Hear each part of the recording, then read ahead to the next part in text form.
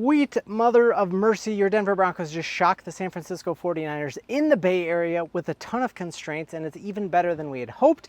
This is a Super Bowl caliber defense, guys, and don't take my word for it because we've got a ton of beat writers for the San Francisco 49ers who will not stop talking about how disgustingly dangerous this Denver Broncos defense is. We get a great report about Bo Nix and how he performed against a very, very good defense himself. We also get some injury news in the AFC West and just a ton of great news. If you're new to the channel, my diehard Denver Broncos fan named Ben helps me in the YouTube algorithm out a ton. If you like the Broncos, if you would smash that like and subscribe button. I am on a work retreat today, so I will be back in the man cave tomorrow. But we just got so much here to dive into. We know that the San Francisco 49ers actually have a ton of former players who are now playing for your Denver Broncos. And so we know that this was going to be an electric practice from the start. And that's exactly what you are hearing out of camp. And Talanoa Hufanga talked about how, yeah, it wasn't an emotional practice. It was a happy practice. And there actually was some rumblings during the offseason that the San Francisco 49ers, who used to have a pretty good relationship with the Broncos, were kind of salty at the fact that we stole Hufanga and we stole Dre Greenlaw from them. And so I think that added to some of this electricity that we had at the practice. But let's dive into just what some of their beat reporters are saying. So I think the first thing is, like, there are just so many gushing remarks about your Denver Broncos. Benjamin Albright came out and said that just in a 40-minute period, he heard from a dozen different reporters who came out and said, this is a Super Bowl caliber defense. We take a look here. A big San Francisco creator who used to be a part of Roundtable, that we did a number on Brock Purdy. We're seeing that their version of the Fan, which is 95.7 The Game, came out and said, like, the Broncos secondary picked Brock Purdy off not once but twice, which is phenomenal. Here in Jahdae Barron stepped up and came off some disguised blitzes. And that actually we were able to bottle up this San Francisco 49ers run game, which is absolutely massive, knowing that they're, we've been wondering, like, hey, how come our run game hasn't gotten started in Broncos training camp? Well, they're running a zone read run game as well. And if Christian McCaffrey can't get going against this defense, there's no wonder J.K. Dobbins is a little slow to it, or that R.J. Harvey isn't popping off right away, because you got one of the best running backs in football absolutely bottled up, and that is fantastic. David Lombardi had a couple of the quotes from Kyle Shanahan after the practice and said, Kyle Shanahan said, this is a real good team, challenged us in all three phases of the game. So it wasn't just our defense balling out.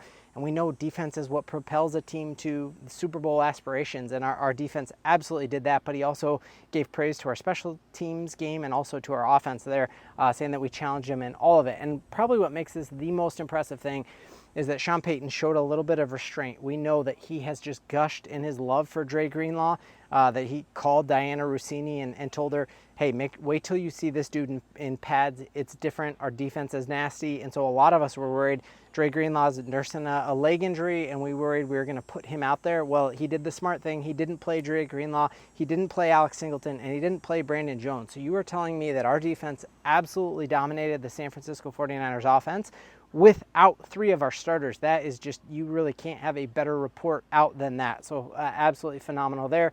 And hearing, Christian McCaffrey coming out and saying, yeah, that's a really good defensive line and a good defense. So he thought our defense was really good, even though we're missing 3 of the 11 starters. Absolutely phenomenal report there.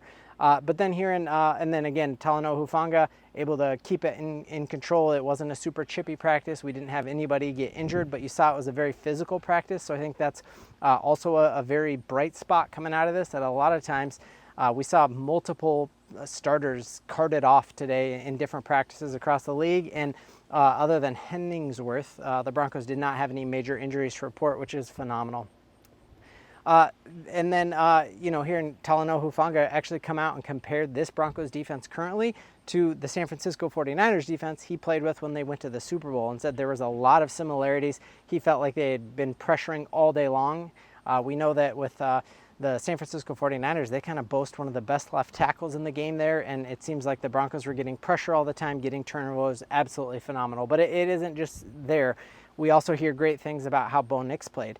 Knowing that he is getting a fraction of what Brock Purdy is getting, and yet the interceptions that he had, I saw one of the highlights, and it looked like there was a defensive pass interference on the play that was missed, and Bo Nix really was able to play ball control, style there, which is just great report.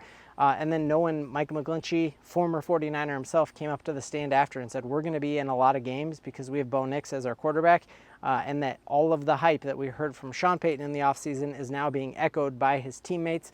And specifically, seeing here, Chase Daniel actually had a chance to talk to one of our star players in Pat Surtain and was asked, hey, who are your top 5 quarterbacks? And he went through and listed the top 5 quarterbacks, but then he snuck in a name right there and said, you know what, but Bo Nix is going to be a problem for people. So saying like, hey, Bo Nix isn't a top 5 guy yet, but just wait because he's going to be a problem. He didn't have to say that. You didn't hear him say that about any of the other quarterbacks on the quarterback carousel as we were kind of in the pit of misery over those past years. So hearing just unanimous praise from Bo Nix's teammates kind of about how he looked there.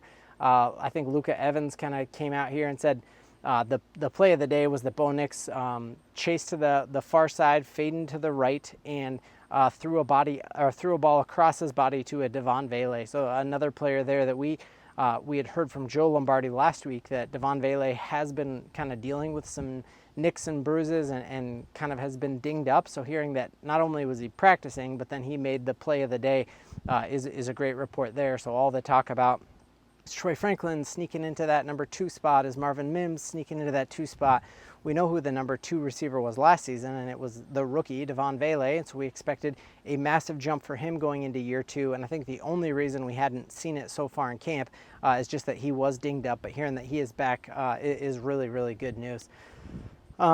And then on top of that, it does seem like our running game, although we didn't pop off any massive runs, we did have more success against the San Francisco 49ers defense than we had against ours. And so all of the panic that we have in Denver of not seeing much of a run game so far through training camp, I think I'm starting to feel less panic knowing that we did start to run the rock a little bit, and knowing that Sean Payton had said to a reporter that the weapons that he tried to add to Bo Nix this offseason was actually beefing up the run game, and I think that will pay some massive dividends.